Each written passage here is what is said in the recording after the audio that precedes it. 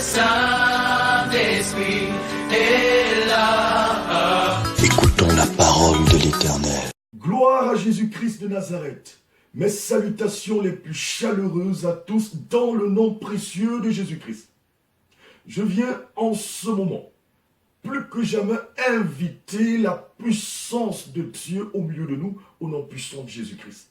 Que le Saint-Esprit de Dieu prenne sa place et nous donne de comprendre avec exactitude la plénitude de ses enseignements en ce moment au nom puissant de Jésus-Christ de Nazareth. Que tout esprit d'interférence, d'opposition à la plénitude de la connaissance divine tombe au nom puissant de Jésus-Christ et que seul l'essentiel qui vient de Dieu soit notre lot au nom puissant de Jésus-Christ de Nazareth.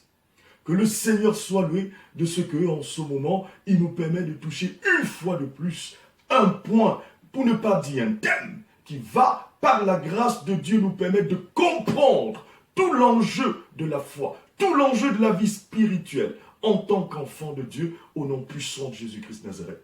Nous allons aujourd'hui parler de la responsabilité du chrétien. Nous avons notre part de responsabilité en tant que chrétien.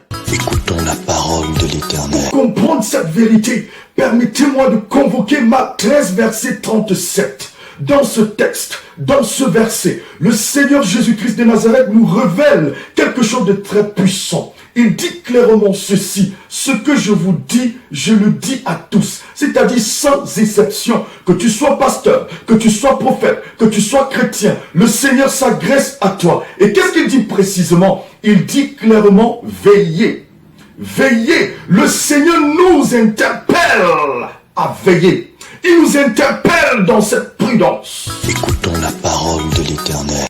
C'est vrai que Jésus-Christ de Nazareth est l'ami fidèle. C'est vrai que Jésus-Christ de Nazareth intercède pour nous nuit et jour. C'est vrai que Jésus-Christ est notre berger. Mais que je vous dise une vérité, ce n'est pas tant Dieu qui déclare, mais c'est Jésus lui-même qui déclare qu'il faut veiller. En d'autres termes, Jésus veut nous faire comprendre que nous avons notre part de responsabilité en tant qu'enfant de Dieu. Tu as ta part de responsabilité dans le thème veiller. Je constate qu'il y a un enjeu. Et quand on parle d'enjeu, écoutons la parole de l'Éternel. Quand on parle d'enjeu, on parle de ce qu'on peut perdre ou de ce qu'on peut gagner. Ne laisse pas la grâce de Dieu te conduire dans le bricolage spirituel. Ne laisse pas la grâce de Dieu te conduire dans la paresse, car Dieu attend quelque chose de toi. Écoutons la parole de l'Éternel.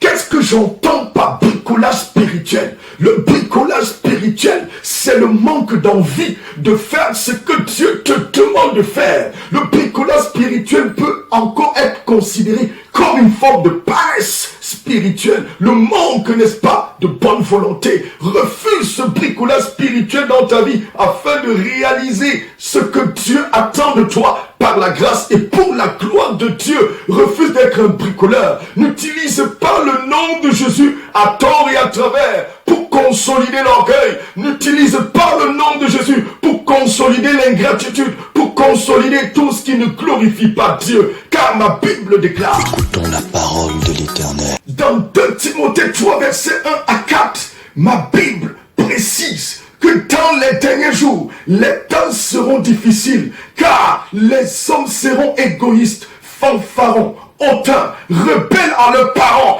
ingrats, orgueilleux, irréligieux, insensibles. Je te dis au nom de Jésus, ne laisse pas Écoutons la parole de l'Éternel. le bricolage spirituel, le raccourci démoniaque t'empêcher de voir comme Dieu le veut. N'utilise point le nom de Jésus en vain. N'utilise pas le nom de Jésus pour te rebeller à ton Père. N'utilise pas le nom de Jésus pour consolider ta position de lâcheté.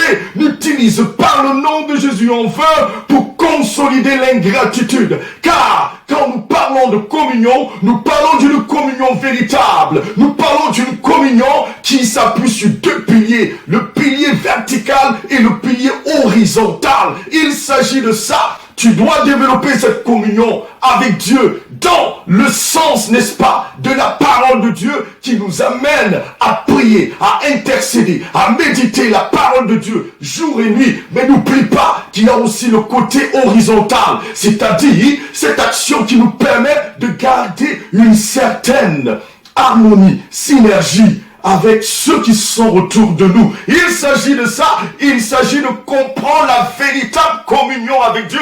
Cette communion qui consiste à prier, cette communion qui consiste à s'attacher à Dieu, mais à considérer ceux qui sont autour de nous tels que Dieu le veut. Écoutons la parole de l'Éternel. Bien que Dieu avait déclaré à Paul dans 2 Corinthiens 9, verset 12, « Ma grâce te suffit », Paul avait compris qu'il ne devait pas utiliser la liberté qui vient de Dieu comme sujet de libertinage.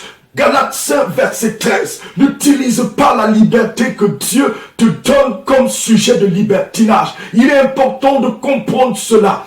Paul avait compris cela quand nous lisons Philippiens 3, versets 12 à 16. Nous devons veiller, nous devons faire notre part. Nous avons notre part de responsabilité en tant qu'enfants de Dieu. Les gens disent le plus souvent que le salut ne peut pas être arraché, que le salut ne peut pas être perdu. Mais que je te dise une vérité, le jugement commencera dans l'église. Quand nous lisons 1 Pierre 4, versets 17 à 19.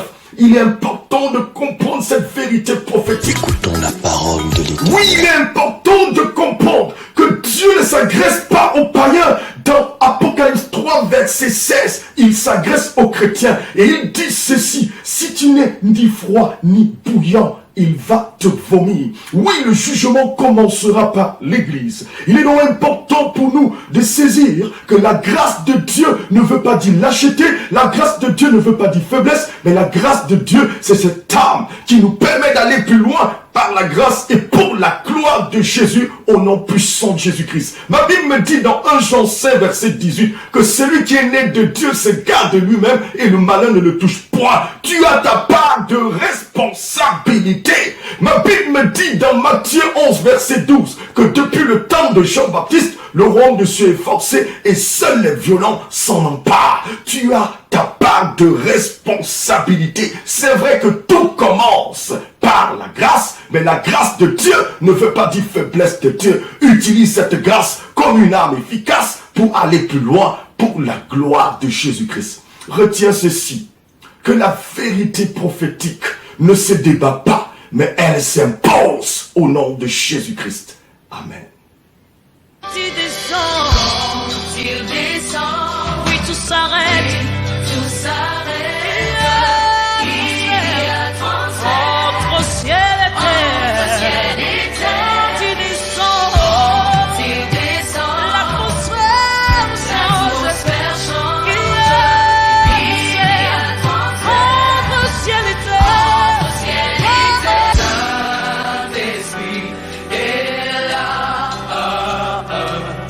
Le Saint-Esprit est là. Écoutons la parole de l'Éternel. Je ne suis pas ce que je suis, si ce que je suis devant les autres, je ne le suis pas. Apprenons, malgré nos manquements, à être vrais. Peu importe ce que les gens diront, car Jésus-Christ est venu. Il mangeait, il buvait, les gens ont parlé. Jean-Baptiste est venu, il ne mangeait pas, il ne buvait pas, les gens ont parlé. Que Dieu te bénisse au nom de Jésus-Christ.